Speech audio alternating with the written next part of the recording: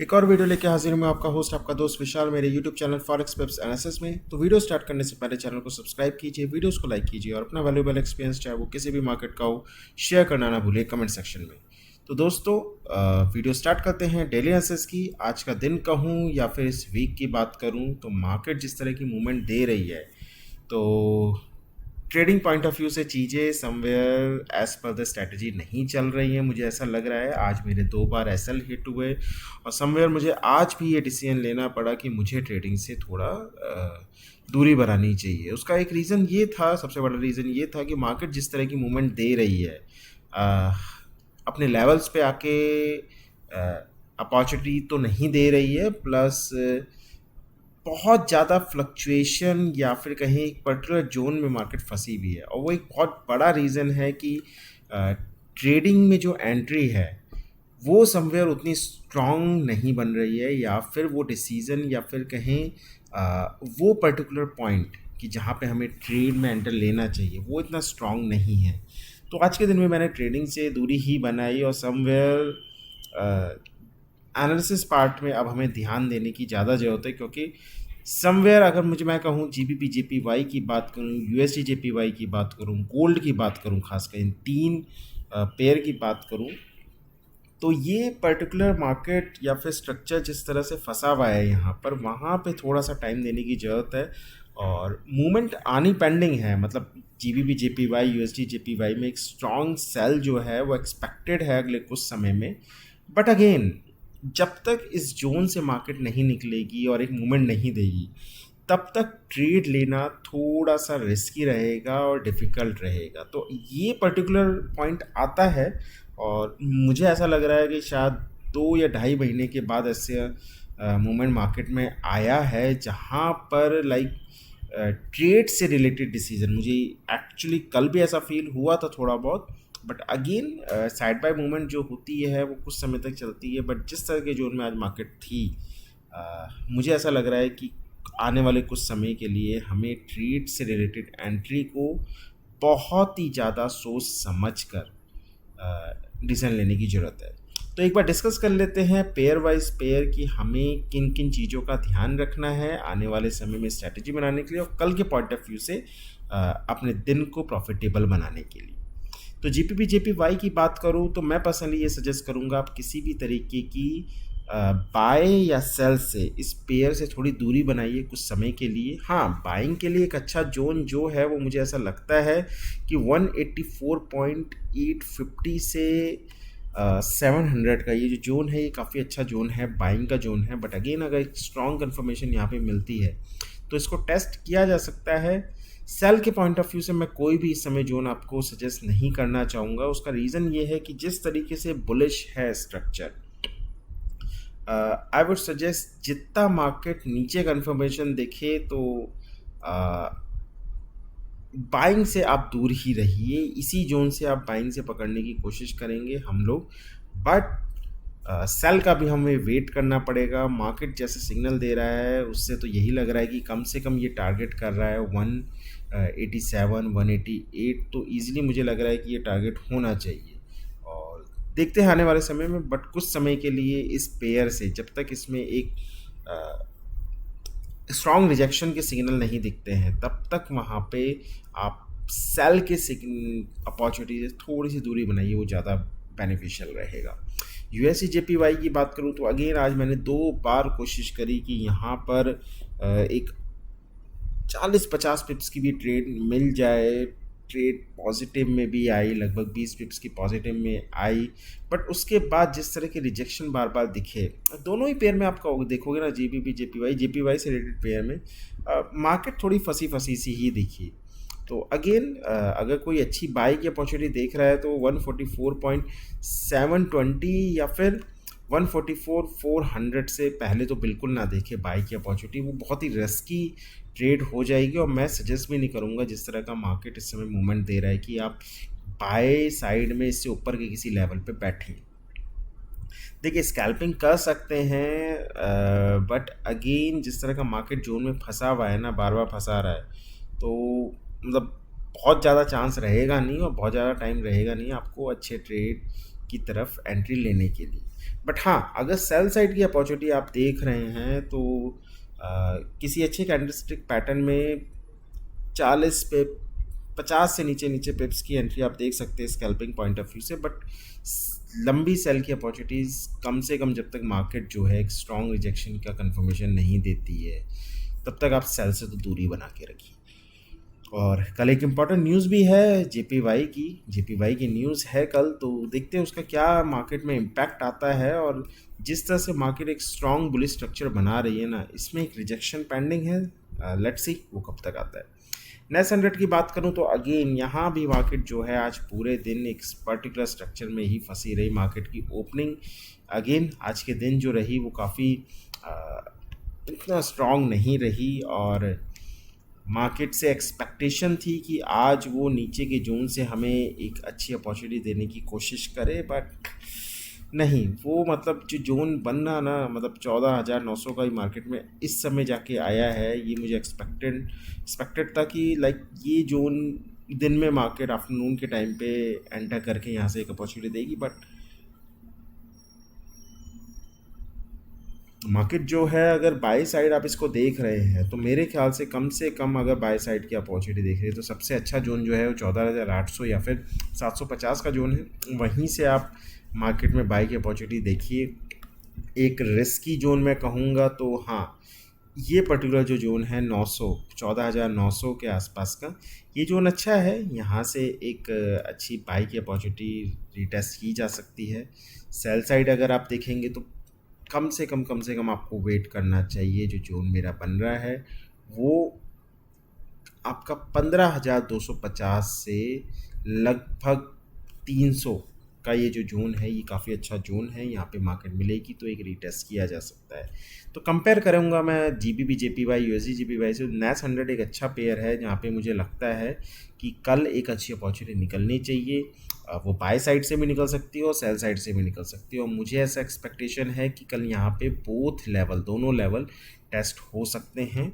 और let's see किस तरह का मूवमेंट रहेगा इस मार्केट में। ऑयल की बात करूं तो ऑयल में भी लगभग कहानी जो है वो सिमिलर ही रही। अगेन सेकंड हाफ में आज के दिन में मार्केट ने थोड़ा सा मूवमेंट दिया, नहीं तो उससे पहले तो मार्केट किसी तरीके का कोई सिग्नल ही देने को रेडी नहीं थी। बट अगेन मार्केट जो है इस समय आप देखोगे तो एक अच्छे जोन में ट्रेड करती हुई दिख रही है जो कि 79.50 का जोन है। और मैं ऐसी एक्सपेक्टेशन रखता हूँ अगर मार्केट आपको 78.50 या 78 पे मिलती है, वहाँ से एक बाई साइड की एंट्री टेस्ट करने की कोशिश हम लोग करेंगे।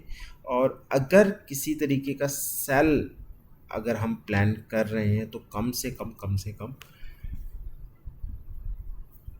हमें 83.50 के लेवल का वेट करना चाहिए। उससे पहले किसी भी तरीके के सेल को टेस्ट नहीं करना चाहिए। हाँ, 82 का एक लेवल रहेगा जहाँ पर अगर अच्छी कंफर्मेशन आई तो 15 पिप्स के आसपास रख कर एक प्रैक्टिस की जा सकती है। बट वो तो स्ट्रॉन्ग जोन नहीं रहेगा, बट वो भी तब वर्क करेगा जब मार्केट यहाँ से रिट्रेसमेंट दी। तो पहले तो ये बाय वाला जोन अगर वर्क कर जाता है हमारा, तो उसके बाद मार्केट को हम यहाँ मतलब 82 में पकड़ने की कोशिश करेंगे। बट 82 में अगर नहीं पकड़ पाए तो मार्केट हमें एक अच्छा चांस जो है वो 83.50 के आसपास दे सकती है। तो ऑयल और नेस 100 मतलब हमारे समवेयर फोकस एरिया रहेगा कल के लिए, मुझे ऐसा लगता है। उसके बाद बात करते हैं सिल्वर की। तो सिल्वर में भी कहानी लगभग सेम ही रही। मार्केट ई की जोन में और बहुत ज़्यादा फ्लक्चुएशन को अवॉइड करती हुई दिखी। मार्केट ने बहुत ज़्यादा मूवमेंट नहीं दिया और समवेयर वही एक रीज़न था कि हम लोगों ने ट्रेड से यहाँ भी दूरी बनाई। और ये जो जोन में मार्केट फंसी हुई है ना, ये आज से नहीं फंसी हुई है। मतलब सिल्वर में तो खासकर देखेंगे स्कैल्पिंग के लिए अच्छा है। मैं कहता हूँ कि ठीक है, स्कैल्पिंग के लिए पॉइंट बहुत अच्छा है, बट उसमें भी बहुत ज़्यादा मूवमेंट मार्केट नहीं दे रही है। ठीक है, उतना स्ट्रॉन्ग या तो ऊपर का जोन नहीं पकड़ रही है या नीचे का जोन नहीं पकड़ रही है। वो एक बड़ा रीज़न है कि समवेयर जैसी न्यूज़ चलती है और जिस तरह का फ्लक्चुएशन कभी भी एक्सपेक्टेड है, वहाँ पे रिस्की ट्रेड है। अगेन अगर आप किसी तरीके का सेल पे प्रैक्टिस करना चाहते हैं तो मैं ये कहूँगा इसका ये वाला जोन जो है, जो कि 22.680 से लेकर लगभग 22.750 का जोन है, यहाँ पर आप एक टेस्ट कर सकते हैं। नहीं तो मैं ये कहूँगा बाय का अगर टेस्ट करना है तो इसका जो ये वाला जोन है ना 22.200 का, यहाँ पर एक बाय का टेस्ट जरूर बनता है। और मुझे ऐसा लगता है, मतलब जिस तरह का मार्केट स्ट्रक्चर बना रही है, इस जोन को मार्केट टच करके टेस्ट करके एक अच्छी बाय की अपॉर्चुनिटी, जो कि कम से कम 150-200 पिप्स तो मिनिमम है, मुझे लगता है यहाँ से निकल के आएगा। तो इस जोन में मार्केट कभी भी मिले, मैं तो कहूँगा यहाँ से एक टेस्ट जरूर करिए, वो एक टेस्ट बनता है। और गोल्ड की बात करें तो गोल्ड जिस तरह का स्ट्रक्चर बना रहा है ना, उस पर आप ज़रूर ध्यान देना कि मतलब ये काफ़ी बहुत ही प्यारा स्ट्रक्चर बन रहा है, जो कि लगभग 4 अगस्त से बनना स्टार्ट हुआ है नीचे की तरफ। और मार्केट इस समय जिस जोन में जाके टेस्ट कर रही है दोबारा, लगभग मैं लाइव हूँ आप लोगों के साथ, और आप देखोगे लगभग 1895 के आसपास मार्केट दोबारा टेस्ट करती हुई दिख रही है। अगर इस जोन में कोई कंफर्मेशन आती है तो एंट्री बनती है इस जोन में। इस जोन को हम मिस नहीं कर सकते। अगेन मैं कहूँगा न्यूज़ टाइम पे अवॉइड करना इस जोन को। न्यूज़ के टाइम पे यहाँ से मार्केट निकल जाती है ऊपर की तरफ तो देखिए इतना रिस्क की ट्रेड लेने की ज़रूरत नहीं है, और मैं भी अवॉइड करूँगा। बट हाँ, कल के दिन अगर इस जोन में मार्केट दोबारा हमें मिलती है तो यहाँ से एक बाय का टेस्ट है, डेफिनेटली है। और अगर सेल आपको प्रैक्टिस करनी है तो ये जो जोन मैंने मार्क करा हुआ है 1916 से लेकर लगभग 1918 का जोन काफ़ी अच्छा जोन रहेगा। यहाँ पे तो एक टेस्ट बनता है। अगेन बहुत ज़्यादा बड़ा एसएल यहाँ पे मत रखना, क्योंकि अगर ये जोन क्रॉस होता है तो उसके बाद ऊपर की तरफ काफ़ी सारे रेजिस्टेंस है। पहला तो रेजिस्टेंस आपका लगभग 1927 के आसपास है, और उसके बाद 1932 में तो बहुत ही स्ट्रॉन्ग रेजिस्टेंस है, वहाँ से मार्केट को नीचे आना चाहिए। बट मैं ये कहूँगा अगर नीचे से बाय अगर गोल्ड या सिल्वर दोनों में से कहीं पे भी हमने पकड़ ली तो ये काफ़ी अच्छी बाय होगी। सेल साइड ज़्यादा लंबी उम्मीद मत रखिए कि आपको 40-50 पिप्स या 60 पिप्स से ज़्यादा की कोई बड़ी ट्रेड मिलनी चाहिए। और मैं तो ये कहूँगा कि गोल्ड और सिल्वर में इस पर्टिकुलर मूव के आने का वेट करिए, क्योंकि एक बार अगर इसने बाय या सेल साइड एक बड़ी मूवमेंट दे दी, क्योंकि 150-200 पिप्स की हुई, तो फिर गोल्ड और सिल्वर में तब जाकर एक बड़ी अपॉर्चुनिटी बनेगी। कुल मिला के देखिए, मैं कंक्लूज़न इस बेसिस पे करना चाहूँगा इस समय फॉरेक्स का डेली एनालिसिस पे, कि देखिए कल का दिन और परसों का दिन बचा है। ये दिन में जैसे मूवमेंट दी है, इस वीक में जैसे मूवमेंट दी है फॉरेक्स ने, थोड़ी सी अनएक्सपेक्टेड है और ज़्यादा मार्केट फंसाने की कोशिश कर रही है। जोन में तो जाती नहीं है, और जिस पर्टिकुलर जोन में फंसी है वहाँ पे भी एसएल हिट होने के चांसेस बहुत ज़्यादा है। तो कोशिश ये करिए कि मार्केट में एनालिसिस अपना करते रहिए, स्ट्रक्चर को जितना हो सके डीप डाइव करते रहिए, बट अपने मौके का वेट करिए, अपने जोन में आने का वेट करिए मार्केट का। वो ज़्यादा सही स्ट्रैटेजी रहेगी कि मार्केट मेरे जोन में आया, वो कल आती है परसों आती है, बट जब भी वो आएगी ना वो एक अच्छा ट्रेड देगी। आई अंडरस्टैंड थोड़ा सा ये स्ट्रेसफुल सिचुएशन हो जाती है हम रिटेलर्स के लिए, हम इंडिविजुअल्स के लिए, बट देखिए मनी मार्केट इसी तरीके से वर्क करता है। वो जब नहीं फंसा पाता ना हम लोगों को, तो इस तरह के स्ट्रक्चर में फंसाने की कोशिश करता है जहाँ पे हमारे back to back SL hit होते हैं।